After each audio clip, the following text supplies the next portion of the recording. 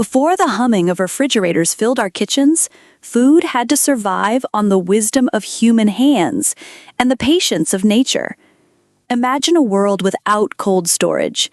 No icebox humming in the corner, no freezer filled with neatly stacked meals. How did families keep milk from spoiling in the heat of summer?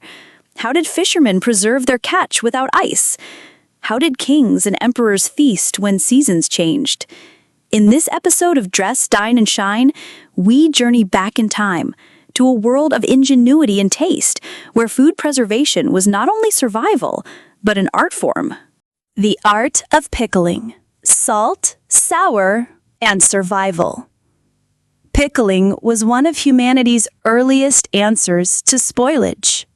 The process is simple. Immerse vegetables or fruits in a salty or acidic brine and let nature transform them. Ancient India. Pickles, or achar, were more than condiments.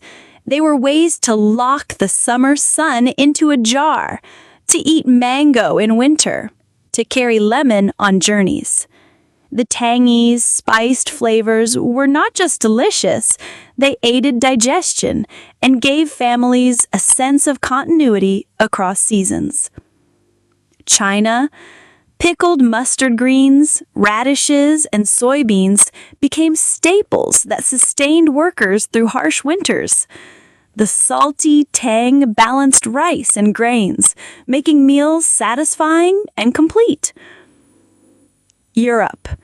In the Middle Ages, barrels of sauerkraut traveled with sailors, preventing scurvy and keeping crews alive during months at sea. Pickling was never just about preservation. It was about layering food with personality, with tang, with sharpness that outlived the moment. Sun drying, capturing the warmth of the sky. Before refrigeration, the sun itself was the most generous preserver. By removing moisture, it stopped bacteria in its tracks. The Mediterranean. Olives were salted and sun-dried, tomatoes became chewy jewels of flavor, and grapes transformed into raisins, portable energy for shepherds and travelers. India still prepares sun-dried papads, dried fish and spicy masalas spread out on rooftops. These foods not only lasted longer, but created flavors far richer than the fresh versions. Latin America. Maize, beans, and chilies were sun-dried to become the base of countless dishes. Drying wasn't just convenience, it was civilization's foundation. Smoking. Fire as a guardian of food. Where there is fire, there is preservation. Smoking foods protected them from decay and added unforgettable depth of flavor. Nordic countries, fish like salmon and herring were smoked over alder or birchwood, creating meals that lasted long voyages across icy waters. Indigenous America, smoked bison, venison, and salmon sustained tribes through harsh winters and became ceremonial foods. Japan, smoked bonito flakes, known as katsubushi, became the soul of dashi broth, a base note of Japanese cuisine. Smoke was both shield and storyteller. Each region's choice of wood, oak, apple, hickory, gave food its own accent. Fermentation, the alchemy of time. Fermentation is preservation through transformation. Bacteria, yeast, and time work together to create foods that last and evolve.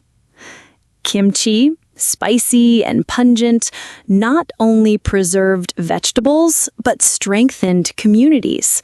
Families gathered to prepare hundreds of jars in a ritual called kimjang.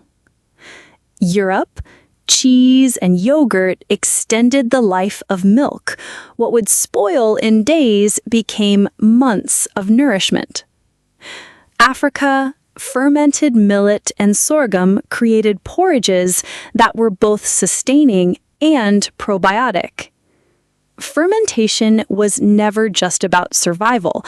It was a celebration of patience, community, and transformation. Salt, the ancient gold. Salt was so valuable it built empires, roads, and wars. Beyond flavor, it was one of the most powerful preservatives. Salted meat. Roman soldiers carried salted pork on campaigns. Salted fish. Stockfish, cod dried and salted, became the backbone of European trade. Sacredness. In many cultures, offering bread and salt meant offering sustenance and friendship. Salt was survival and the silent foundation of civilization's growth. Sugar, sweet protection.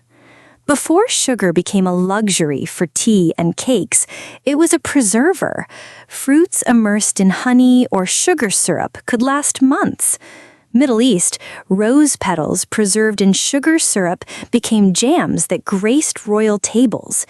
India, amla, Indian gooseberry, was preserved in jaggery or honey, transforming medicine into a treat. Europe, marmalades and candied fruits turned fragile fruits into winter luxuries. Sugar's preservation method was also indulgence, turning necessity into celebration. Cooling with nature, ice houses and earthen pots.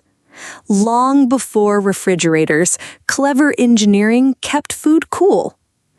Ancient Persia, wind catchers and underground yakchols stored ice and kept foods chilled, even in desert heat. India, clay pots or matkas cooled water and milk by natural evaporation. Europe, wealthy estates had ice houses stocked with blocks of ice cut from frozen lakes and stored under straw. Cooling was not always about luxury. It was about respect for nature's resources. Oil and fat, sealing away freshness. Another preservation method was sealing food in fat or oil. France, duck confit, where meat was slow-cooked and stored under its own fat, lasted for months. Mediterranean, cheese and vegetables stored in olive oil kept their freshness and developed deep flavors. India, ghee was a preservative itself, carrying spices and lending them longevity. Oil was both protector and flavor enhancer, keeping memories edible. Vinegar, sharpness with purpose.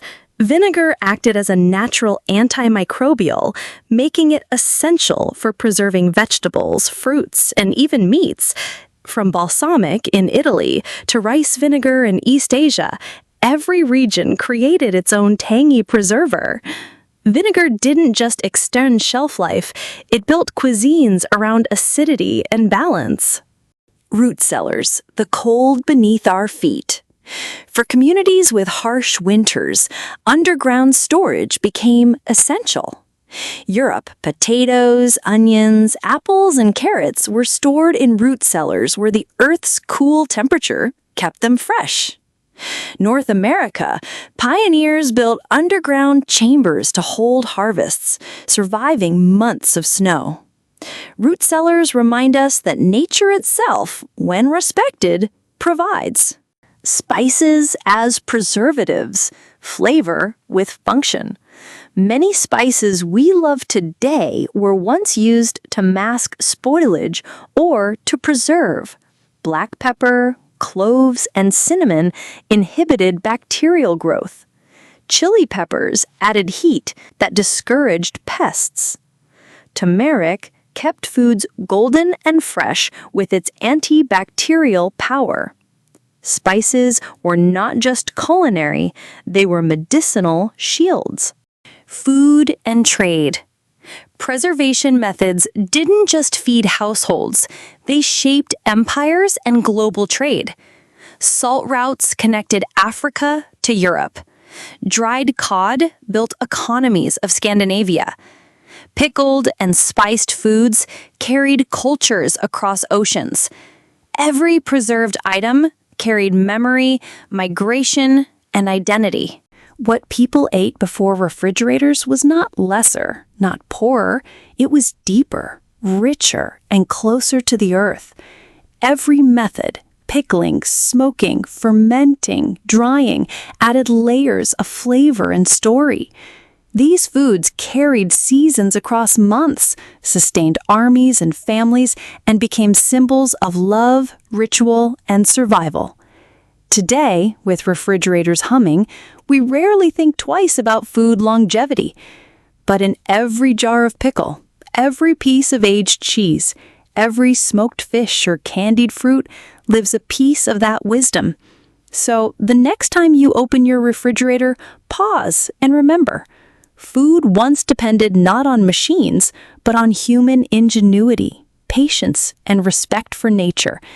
And in honoring those traditions, we keep alive the silent poetry of how we dined before the age of cold storage.